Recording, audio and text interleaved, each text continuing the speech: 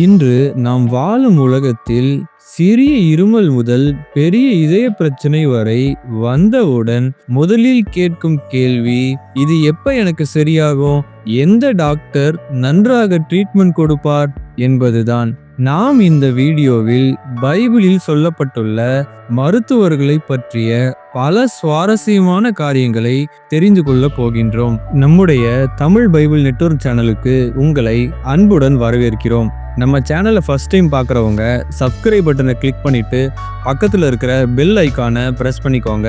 நம்முடைய பிளேலிஸ்ட் பக்கத்தில் இருக்கிற வேத ஆராய்ச்சி அப்படிங்கிற அந்த பிளேலிஸ்ட்டில் இருக்கிற எல்லா வீடியோவையும் பார்த்து பல சுவாரஸ்யமான காரியங்களை தெரிந்து கொள்ளுங்கள். வாங்க இன்னைக்கு நாம வீடியோக்குள்ள போகலாம். முதலாவதாக லூக்கா என்னும் மருத்துவரை பற்றி தெரிந்து கொள்வோம்.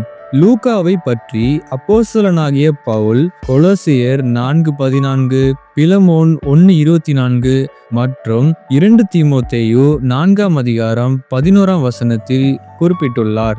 இவரை பிரியமுள்ள வைத்தியன் என்று அப்போஸ்தலனாகிய பவுல் அன்போடு அழைத்தார். அப்போஸ்தலனாகிய பவுல் சென்ற பயணங்களில் அவரோடு சென்ற லூக்கா அங்கு நடந்த ஒவ்வொரு நிகழ்வையும் பதிவு செய்கிறார். இந்த வைத்தியனாக லூக்கா தான் லூக்கா நற்செய்தி மற்றும் அப்போஸ்தலருடைய நடபடிகள் புஸ்தகத்தையும் எழுதினார். லூக்கா நற்செய்தியில் சொல்லப்பட்டுள்ள 58% செய்திகள் அந்த நூலில் மட்டுமே குறிப்பிடப்பட்டுள்ளது என வேத ஆராய்ச்சியாளர்கள் கூறுகின்றனர்.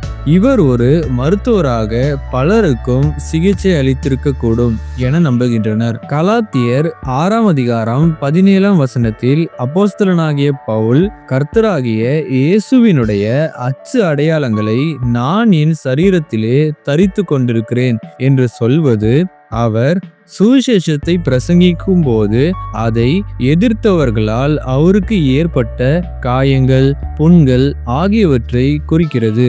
அப்படிப்பட்ட நேரங்களில் சிகிச்சை தருவதற்காக வைத்தியனாகிய லூக்கா பவுலோடு பெரும்பாலும் பிரயாணம் செய்தார்.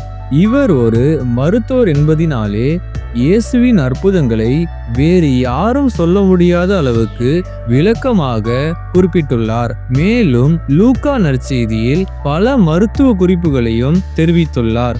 இயேசு செய்த அற்புதங்களை ஒருபோதும் ஒரு நாளும் இவர் மறுத்துரைக்கவில்லை என்பதன் மூலம் சுகம் பெற்ற அனைவருக்கும் இயற்கைக்கு அப்பாற்பட்ட வகையில் பூரண சுகம் கிடைத்துள்ளது என்றும், மருத்துவ ரீதியாக அதில் ஒரு குறையும் கண்டுபிடிப்பதற்கு இல்லை என்பதும் தெளிவாகின்றது. அடுத்ததாக எகிப்தின் மருத்துவர்கள் பற்றி தெரிந்து கொள்ளலாம். இவர்களை பற்றி ஆதியாகமம் 50:2 கூறப்பட்டுள்ளது. யோசேப்பின் தகப்பனாகிய யாக்கோபு என்னும் இஸ்ரவேல் வயதாகி இறந்து போனார். அவருக்கு பார்வோனின் அரண்மனையில் இருந்த யோசேப்பின் ஊழியக்காரராகிய வைத்தியர்கள் 40 நாட்கள் எம்பால்மிங் செய்தனர், அதாவது சுகந்த வர்க்கம் இட்டனர். எம்பால்மிங் என்றால் தமிழில் பிணச்சீரமைப்பு என்று அர்த்தம். அதாவது மருத்துவ முறைப்படி உடலை பதப்படுத்தி பாதுகாப்பு செய்வது ஆகும்.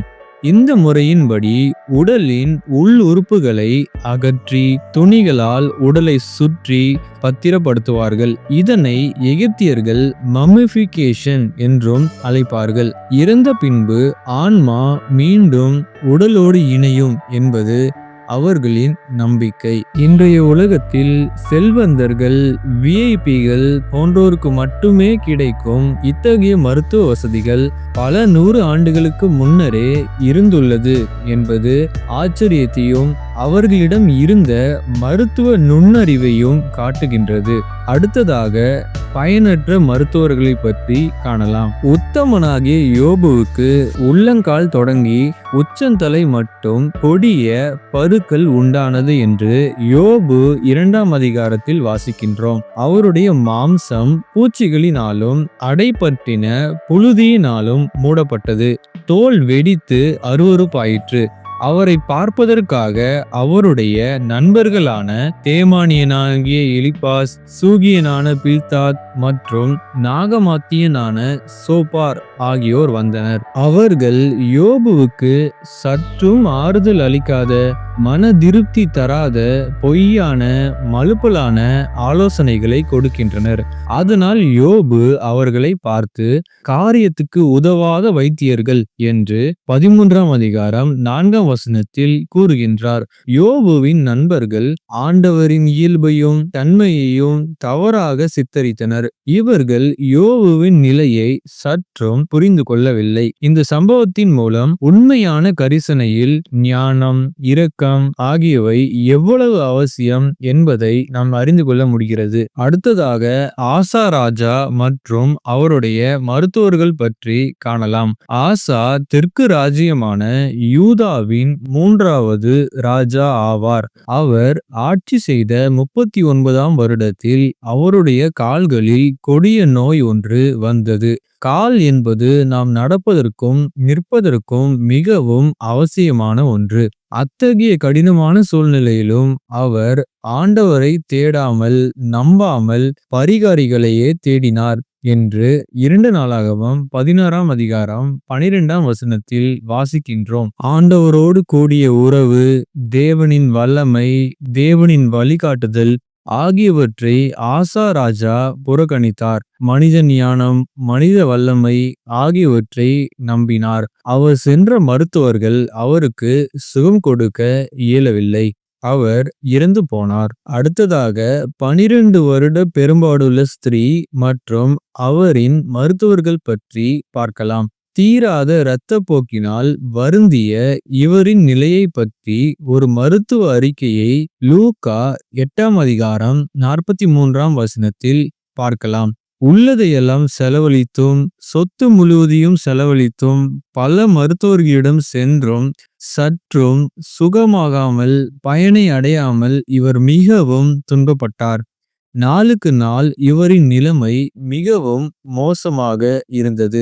யாராலும் சுகம் கொடுக்க முடியாமல் இருந்த இவர் இயேசுவின் வல்லமையை விசுவாசித்து இயேசுவின் வஸ்திரத்தின் ஓரத்தை தொட்டு பூரண சுகமடைந்தாள். ஆம், எல்லா மருத்துவர்களாலும் மருந்துகளாலும் கைவிடப்பட்டிருந்தாலும் கடைசி நம்பிக்கையும் ஒரே நம்பிக்கையும் கைவிடாத நம்பிக்கையும் இயேசுவே. அவர் இலவசமாக எல்லாருக்கும் எல்லா வேளைகளிலும் எந்த இடத்திலும் சுகம் கொடுப்பவர். இயேசுவின் வல்லமையால் குருடர் பார்வை அடைந்திருக்கின்றனர், செவிடர் கேட்டிருக்கின்றனர், ஊமைகள் பேசி இருக்கின்றனர், முடவர் நடந்திருக்கின்றனர். இப்படி பல அற்புதங்களை அடுக்கிக் கொண்டே போகலாம். இவரை விசுவாசிக்கும் உங்களுக்கும் யெகோவா ராஃபாவாகிய ஆண்டவர் பூரண சுகம் தர வல்லவர். அவரை விசுவாசியுங்கள். ஆமேன். பைபிளில் சொல்லப்பட்டுள்ள மருத்துவர்களை பற்றியும் உண்மையான பரிபூரணமான சுகத்தை கொடுக்க வல்லமை உள்ள டாக்டர் யார் என்பது பற்றியும் உங்களுக்கு தெரிய வந்திருக்கும் என்று கர்த்தருக்குள் விசுவாசிக்கின்றோம். இந்த வீடியோவை உங்கள் நண்பர்களுக்கு அறிமுகப்படுத்துங்கள். ஆண்டவர் தாமே உங்களோடு இருப்பாராக. ஆமேன்.